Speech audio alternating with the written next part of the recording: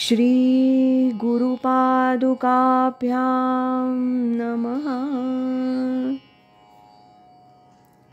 आदरणीय स्वामी भक्त महादेव दामोदर भट लिखित सोहम साधना पंथराज या ग्रंथाचं वाचन आपण क्रमशः ऐकत आहोत. आज ऐकूया या ग्रंथातील प्रकरण 3 सोहम भजन. तरी गा ऐसे करी यया आठा पहारा माझारी मोटके निमिषभरी देतू जाय.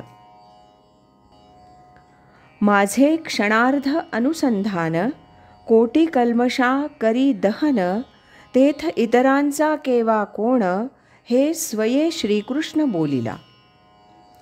दिवसाकाठी नित्यनेमे काही मिनिटं सोहम ध्यान करा. आपण संसारी माणसं सदा सर्व काळ भजन पूजन किंवा ध्यानधारणा करण्याचं आपणाला जमणार नाही आणि तसं ते जमणार नाही म्हणून आपलं जीवन सर्वस्वी वाया गेलं असंही समजण्याचं कारण नाही. प्रत्यक्ष भगवान श्रीकृष्ण या बाबतीत अर्जुनाला जे सांगतात ते आपणा सर्वांना मार्गदर्शक असंच आहे. अथवा हे चित्त मनबुद्धी सहित माझ्या हाती अचुंबित न शकसी देऊ. तरी गा ऐसे करी यया आठा पहारा माझारी मोटके निमिषभरी देतू जाय.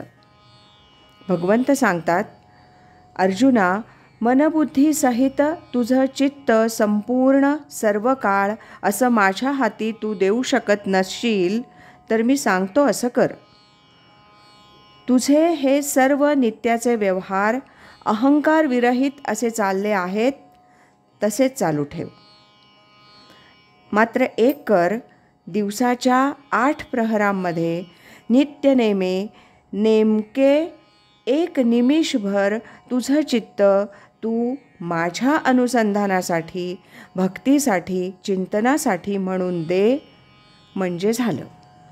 नित्यनेमे भाव आणि भक्तिपूर्वक केलेल्या अशा तुझ्या निमिषभर चिंतनानं, भजनानं, सोहम ध्यानामुळं तुझं चित्त हळूहळू विषयरहित होईल.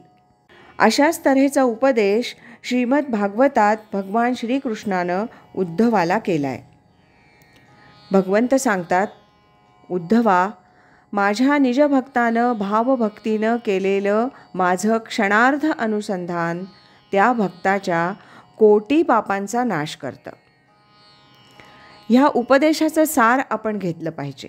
दिवसाच्या 24 तासात अशी काही वेळ ठरवावी की ज्या वेळेतील काही मिनिटं आपण ईशचिंतनासाठी, सोहम साधनाभ्यासासाठी नित्यनेमे दिली पाहिजेत.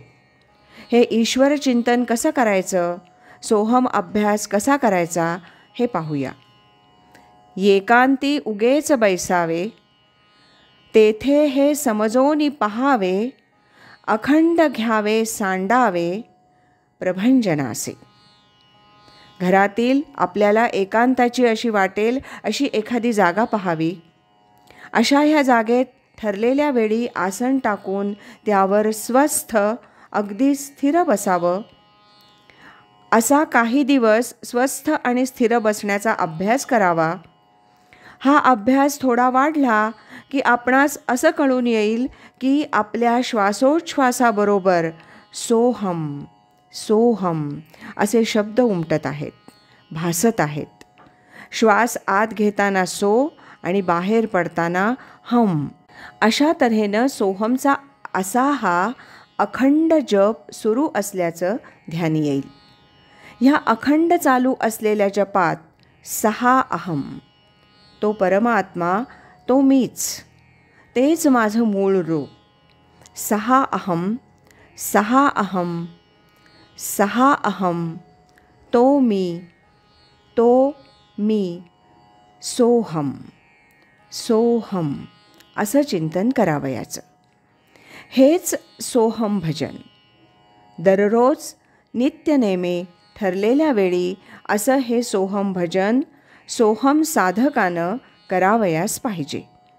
हे सोहम ध्यान जसजसं चांगलं जमेल तसतसा सोहम साधनेचा मार्ग जास्त खुला आणि मोकळा होईल.